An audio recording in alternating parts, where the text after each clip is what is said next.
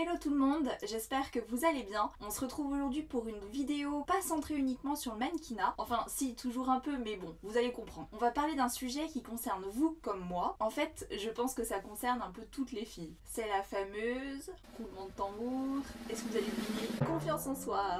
Et oui, vaste sujet. Si vous ne me connaissez pas, je me présente Bérangère, je suis mannequin et je fais des petites vidéos pour vous aider à comprendre ce milieu et de vous aider un petit peu plus sur le plan personnel. Comme je vous l'ai dit, aujourd'hui on va parler de la confiance en soi, sujet qui me tient à cœur et vous allez comprendre pourquoi. C'est une de mes abonnées qui m'a demandé en commentaire sous une de mes vidéos de parler de ce sujet. Elle me disait penser détenir plusieurs critères pour devenir mannequin, mais pour autant ne pas oser. Donc merci à toi vraiment de m'avoir posé cette question parce que je me rends compte que la confiance en soi c'est vraiment un sujet universel. Donc j'ai décidé de me pencher un petit peu plus sur le sujet. D'ailleurs, si comme elle vous souhaitez que j'aborde un point particulier, n'hésitez pas à me le mettre en commentaire en bas de la vidéo. Ce sera avec plaisir que je l'intégrerai dans mes futures vidéos. Alors pour commencer, je vous propose de parler de mon cas. Parce que même si je suis aujourd'hui mannequin et que je parle là devant vous, il y a quelques temps encore, je n'aurais été vraiment incapable de le faire. Comme je l'expliquais dans ma première vidéo, le mannequinat me semblait tellement inenvisageable. Mon niveau de confiance en moi était à peu près au niveau -1000, c'est pour vous dire. Donc pour vous illustrer cette image, petite anecdote time. Alors je me promenais avec ma grand-mère au marché et là le comité Miss France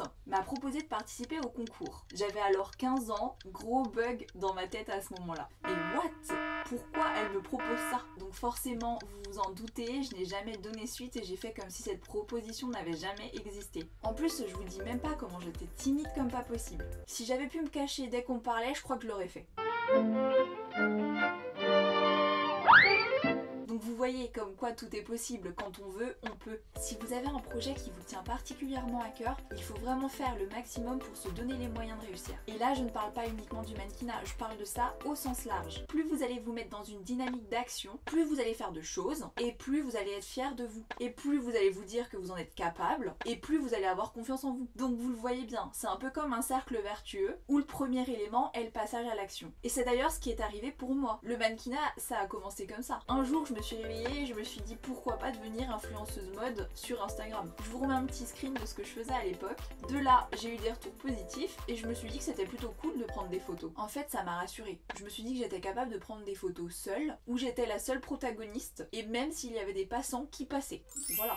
Ça a vraiment été le premier step pour moi. De là, je me suis dit que j'allais tester une séance photo avec un photographe. Puis, j'ai envoyé ces photos à des agences de mannequins et j'ai commencé à shooter plus régulièrement. Donc vous voyez bien mon parcours. Je partais d'un niveau vraiment -1000 au niveau de la confiance en moi et j'ai réussi, de par ce passage à l'action, à arriver là où j'en suis aujourd'hui. Si vous souhaitez vous lancer dans le mannequinat, c'est vraiment pour ça que je vous conseille de faire un maximum de séances photos. Comme ça, vous verrez, si vous avez aimé l'expérience ou même pas du tout aimé l'expérience, vous en sortirez forcément grandi. Donc si vous avez aimé, tant mieux, foncez. Et si vous n'avez pas aimé, tant mieux aussi. Parce qu'au moins, vous verrez vraiment que vous n'aimez pas ça et vous arrêterez de fantasmer sur des choses que vous n'avez même pas testées. En plus, ces expériences vont forcément vous faire créer des liens avec de nouvelles personnes. Et vous verrez, ces relations vont forcément vous apporter de nouvelles choses. Ça va forcément participer à votre confiance en vous. Procrastiner, c'est vraiment ce qu'il y a de pire au niveau de la confiance en soi. Si vous ne savez pas ce qu'est la procrastination, voici la définition du Larousse. C'est la tendance à ajourner, à remettre systématiquement au lendemain. Donc arrêtez de procrastiner. C'est vraiment super important de se lancer, de passer à l'action maintenant. Now, ahora, siense.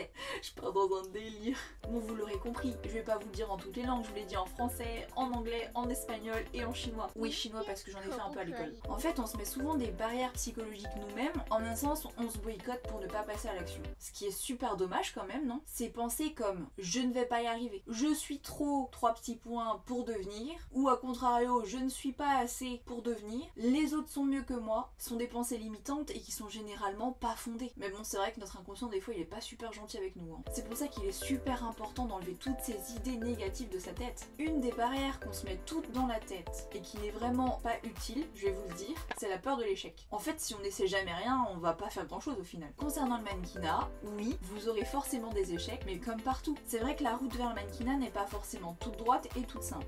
Déjà, le premier step que beaucoup d'entre vous n'arrivent pas à franchir, c'est d'oser envoyer vos photos à des agences. Mais en fait, ça vous coûte quoi de les envoyer? Hein, franchement. Maintenant, tout se fait par internet, donc vous avez même pas l'excuse de me dire que ça coûte cher. Donc, pas d'excuse. Si moi je m'étais dit, oui, Les agents sont jamais vouloir de moi, ça sert à rien que j'essaye. Et ben vous savez quoi, j'en serai pas là aujourd'hui. Donc voilà ce que je voulais vous dire aujourd'hui. Fixez-vous des objectifs à court et moyen long terme. Arrêtez de procrastiner, passez à l'action sans vous donner d'excuses. C'est vraiment le meilleur moyen d'y arriver. La confiance en soi, c'est vraiment un énorme sujet, je pourrais vous en parler encore super longtemps. Mais voilà, j'espère que cette vidéo va vous aider et que tel un papillon, cela va vous permettre de vous métamorphoser. Mais d'ailleurs j'y pense, pourquoi je vous appellerai pas papillon dans mes prochaines vidéos? C'est beau, non? J'adore l'idée de la chenille qui devient papillon. J'espère que cette vidéo un peu plus sur le développement personnel vous a plu. Si ce format vous intéresse, n'hésitez pas à me le dire en commentaire, comme ça j'en ferai plus souvent. Prenez bien soin de vous mes petits papillons. Je vous dis à la semaine prochaine.